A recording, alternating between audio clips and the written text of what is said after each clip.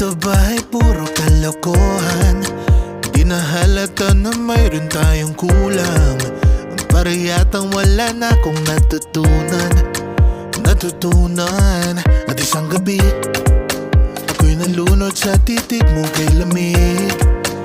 Kitang kita na tayo'y nasasabik sa pag-asang balang araw di na magkatabi. Mahirap pag-isipang di na tayo magkikita.